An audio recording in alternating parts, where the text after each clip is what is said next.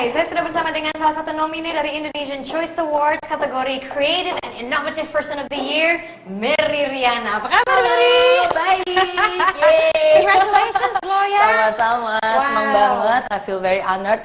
My first nomination by the way, jadi senang banget dan bersyukur banget dan bangga karena satu-satunya wanita juga ya dalam kategori Creative and Innovative Person of the Year. Iya, senang banget kalau misalnya semakin banyak women leaders di Indonesia. Nice. Ini kamu bisa dikatakan adalah ratunya motivasi di Indonesia sekarang. No, seriously, you are. Tapi kita juga ingin tahu gitu, kadang-kadang sebagian orang lain, apalagi ketika mood kita lagi nggak enak, terus orang-orang di sekitar itu juga bikin mood jadi nggak enak, gitu, situasi bikin nggak enak. Kadang-kadang susah untuk mau ngangkat diri lagi tuh sulit Bangkit gitu. lagi, Iya. ya. Kamu pernah mengalami? Pernah dong, pernah. Okay. Aku kan juga manusia bukan robot. Jadi pernah. Tapi apa ya? Mungkin satu hal yang selalu membangkitkan semangat saya adalah ketika kita masih punya harapan. Nggak apa-apa sekarang susah-susah. Yang penting nanti pas saya udah sukses, saya punya cerita yang bisa saya ceritakan kepada anak cucu saya. Kita harus selalu berada di dalam lingkungan-lingkungan yang positif, ya. Tapi of course untuk bisa mencari lingkungan yang positif, kita sendiri harus tetap positif. Pernahkah dirimu menemukan orang yang ini emang kayaknya nggak bisa dimotivasi deh, ya udah lah ya?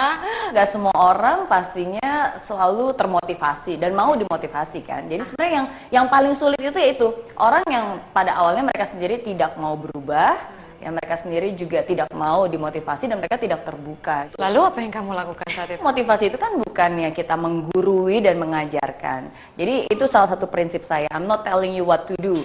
I'm just sharing with you what I've done. Seorang motivator yang baik itu motivator yang seperti apa?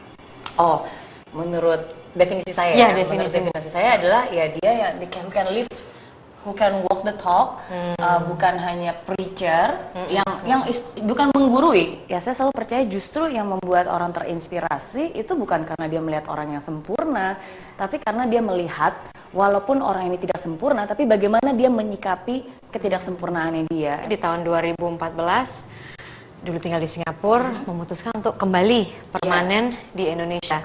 Dan tidak lagi istilahnya ya bisnis yang di Singapura sudah dijual gitu kan.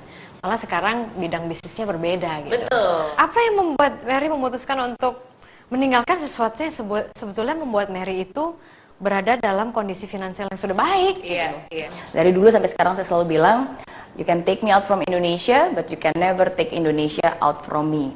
Jadi walaupun saya harus terpaksa keluar dari Indonesia, tapi nggak ada satu orang pun yang bisa mengeluarkan rasa Indonesia itu dari dalam diri saya. Dan alasan kedua, kenapa sekarang justru bisnisnya berbeda. Belajarnya teknik elektro. Nah, tuh. Di Singapura bisnisnya jasa keuangan, ya kan. Sekarang di Indonesia bisnisnya di bidang edukasi dan inspirasi. Bahwa di hidup ini ada yang namanya achievement, tapi ada juga namanya fulfillment. Akhirnya di dalam tahun saya ke-30 saya memutuskan saya pengen bukan untuk mendapatkan berjuta-juta dolar, tapi saya ingin bisa menciptakan dampak positif dalam kehidupan 1 juta orang, khususnya di Indonesia. Mimpi kamu, anak-anak yang kamu didik itu menjadi anak yang seperti apa?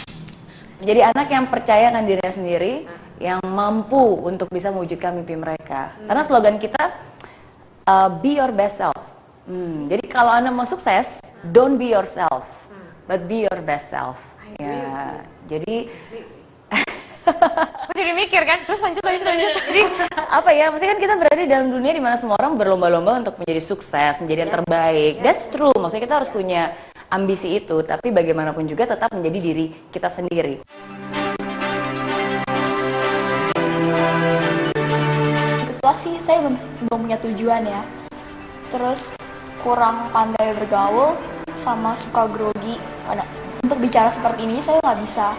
Tapi setelah ikut kelas bisa bergaul dengan teman-teman. Jadi kalau misalkan ada orang baru, aku nggak menunggu dia untuk kenalan, tapi aku berkenalan terlebih dahulu. Miss Mary itu kan sukses di usia muda, jadi aku kayak terpacu juga buat bisa sukses juga di usia muda. Jadi kayak sekarang misalnya aku kayak coba bisnis gitu.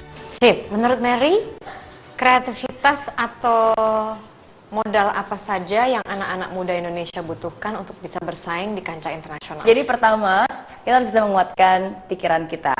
Isi dengan hal-hal positif, kreatif. Paling simpel zaman sekarang, kreatifnya untuk apa sih? Kreatif untuk bisa mencari solusi dari problem-problem yang kita bisa lihat keseharian. Nah, tapi yang kedua, kita juga harus bukan hanya menguatkan pikiran, tapi juga menguatkan hati. jangan mudah menyerah, ya kan? Oke, dan yang ketiga, kekuatan iman. Apalagi sekarang kita berada di dalam sebuah dunia yang you can connect everything, everywhere, about you can get information. Semuanya itu juga ya kita bisa mengakses. Ya, jadi ya bagaimanapun juga ya kita harus tetap percaya akan iman kita, berpegang teguh pada nilai-nilai budaya kita sendiri, ya kan, budaya iman. Jadi ya itu sih tiga hal yang menurut saya bukan hanya kreativitas, tapi kuatkan pikiran, kuatkan hati, kuatkan iman. Yeay. Baru ngomong berapa menit sama Riana. Enak bener, thank you so much Mary udah berbagi. You're amazing. Thank you sama-sama. Thank you so much Marisa. Itu tadi perbincangan Satu Indonesia dengan para nominee